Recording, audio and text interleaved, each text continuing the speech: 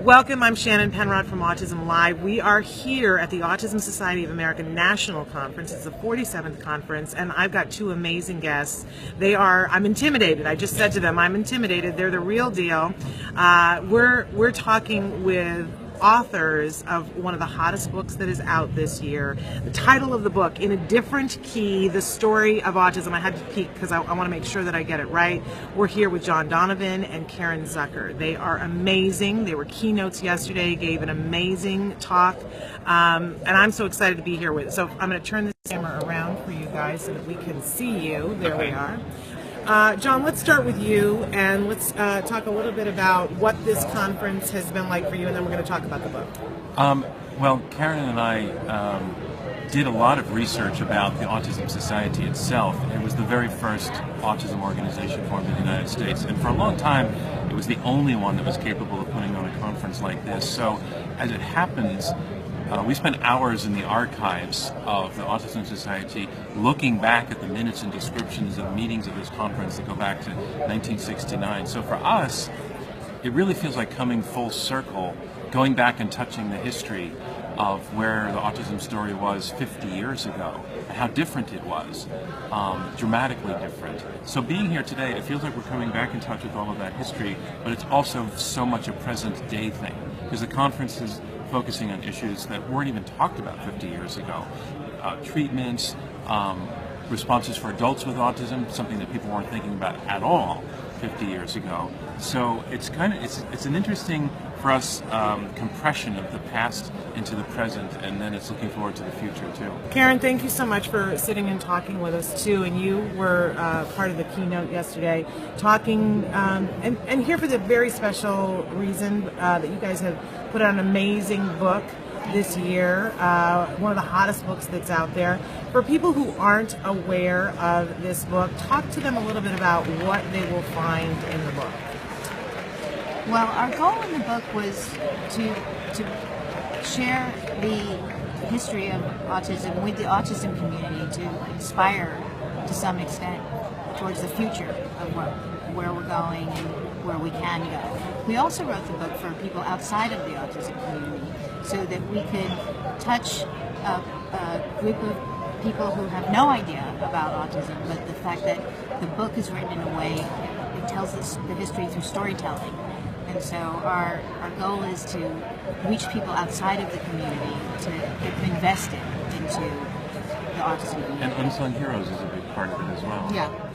The idea that there are many, many people who changed the world from that 50-year ago time that we were talking about, who really changed the world and created the opportunities in many ways that autistic people have today. And their stories are kind of forgotten.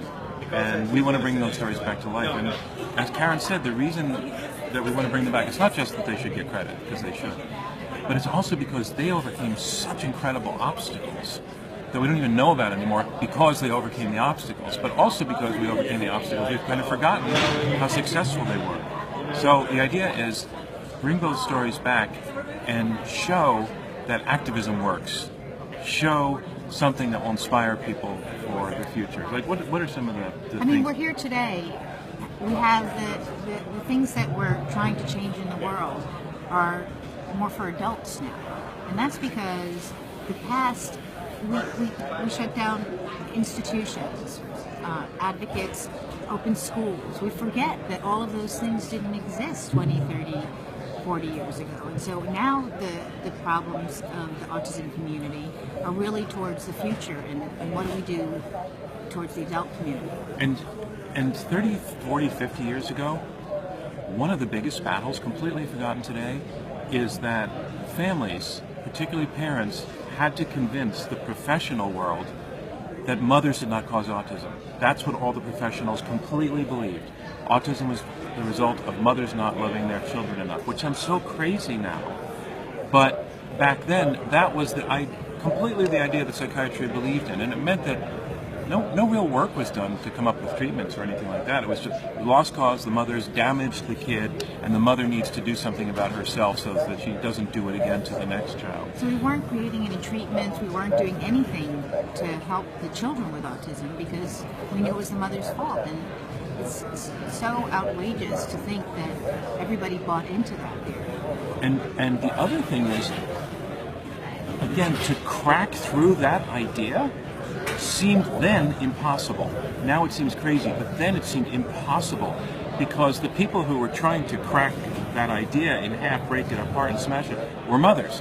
And they would go to professionals, and professionals would say, listen, I didn't cause my child's autism, and the professional's condescending attitude would be, well, of course you're going to say that. I mean, so the fact that they overcame that barrier, which today just isn't on the map, says so much about how activism works, and we don't want it to be forgotten that that thing existed, because there are barriers today that people might think are uncrackable, but they can be cracked. And I find that we were talking a little bit before that we started the live interview about autism through the years, and the fact that pioneers and how you guys have really laid the way for the rest of us to make the progress that we want to make. I think it's important for all of us to know where we've come from to understand where we are. You guys are journalists, and this is something that affects you personally, in both of your cases. Autism is in your families. I know you've been working on this book for a long time. What was the impetus? What was the beginning that made you say, okay, this is the story that we have to tell? Well, my son was diagnosed in 1996, and John and I were working at ABC News. We were covering news stories, and once he was diagnosed, I thought, I need to figure out what this thing is called autism, and I need to educate myself in the world and do whatever I could do as a parent, which was be a reporter. And about half a dozen years into it, John and I thought we need to do something that's more everlasting and that will help. You said it a minute ago, to inspire the past towards the future and to look towards where we've come so that we can continue to move forward. And that was the goal with the book. And for you, John, what was the deciding factor for you that said, yeah, I'm going to spend this many years on this project? We planned to spend 2 years, and it took 7, so we didn't know it was going to be this many years. Welcome to autism. Yeah. Well, welcome to writing and publishing too. That's true. We had a very understanding editor who gave us 2 big extensions, so it took longer than we thought. But why go into it in the first place? I mean, it's really the same answer that Caren gave, and also just as a journalist, there's something to be said for discovering an untold story, and we were really surprised as we began even to scratch the surface, how many untold stories there were. When we say untold, I mean forgotten. Of course, in their time they were told, but nowadays people didn't know about them. And there's much more than just the mother blaming story. There were many, many other episodes that Caren's alluded to the fact that parents were told always to put their children in institutions. And putting a child in an institution was not only in itself an act of separation and segregation, the institutions were terrible. They were snake pits in most cases, or many cases. And people forget that that was the reality. And then there was the reality that kids had no access to public education. The law did not protect people with developmental disabilities, including, and maybe especially, autism. Because some schools had special ed programs. We know many, many families that we talked to from those years who applied for the programs.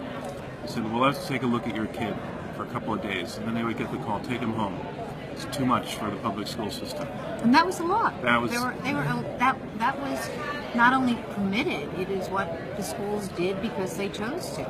So those were the kinds of stories that we thought, wow, if people could know that and know that that got changed, that will be a powerful book. So part of it is we wanted to write a powerful book, and there's something about being a journalist about wanting to write a book that people will read. So there was that too. And also a part of it for me was very personal. I knew Caren's kid.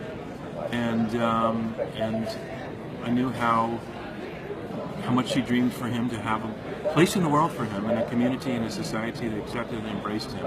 And I wanted to support her and him in creating that. And the books, that's the goal of the book, as Caren said. We want the community to know its own story, to be inspired. We want people outside the autism community to know the story so that they know what families are going through, what individuals are going through, and to know that they have a big impact on the story themselves. And so what now? what happens now? Is there a follow-up book? Are you guys Well, going to we're leave going autism? Around. No. We're getting the book. We want to get the book out there. Yeah. Really, I mean that's still a work in progress because that was the point of writing it is Yes. to get it out there. So now we're traveling around, and groups are bringing us in to do talks, and we tell the kinds of stories that we told on the stage here that you saw, and there's some possibility that a movie might be made of part of it, of the Donald Triplets' life. That's something that we're working on. But the big idea now is, we'll still be writing other things. Caren and I are doing a PBS NewsHour series on a program that focuses on adults with autism in Phoenix, Arizona. We'll probably be doing more of those. But I would say for the immediate future, more of this, more going around and talking to people about what our book is about, and hoping that people who like it, who are in the community, will then share it with people who are outside the community. It's an important book. We should say that. John Donvan, Caren Zucker, In a Different Key, The Story of Autism. Get it on Amazon. Get it at most major booksellers. It's a great gift to give to somebody, who, if you've got a family member who has individuals on the spectrum, or for the family member who doesn't get it. There you go. Great book to give them. But everybody should have this. It's a must-have. Thanks, Wouldn't you Shannon, say? very much. I Yeah. agree. Yeah. All right. And is there a website that they can go to follow, or you guys are on Facebook? We're both. Facebook, just look for In a Different Key is the Facebook page, and the website is www.inadifferentkey.com. Okay. Thank you guys so much. I want to get both of you in the shot. Thank you so much for talking with us. It's a pleasure for us. Thrill for us.